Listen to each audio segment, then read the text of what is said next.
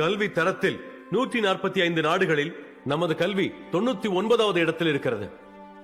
5000 medical சீட்டுக்கு 2 லட்சம் பேர் கோச்சிங் போறாங்க. எவ்வளவு வருமானம்! பள்ளியில் படித்த பின்பு அந்த கல்வி தகுதி இல்லை என்றால் நாம் ஏன் பள்ளிக்கு போக வேண்டும்? கோச்சிங் சென்டர்லயே நேரா சேர்ந்துடலாமே. எதுக்கு இத்தனை வருஷ படிப்பு?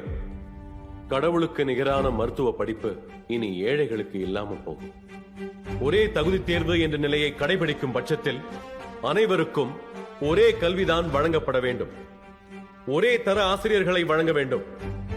சாமானியனின் கடைசி ஆயுதம் கல்வி. அந்த ஆயுதம் தான் பொருளாதாரம், ஜாதி, ஏற்றத்தாழ்வு இவற்றிலிருந்து விடுபட உதவும்.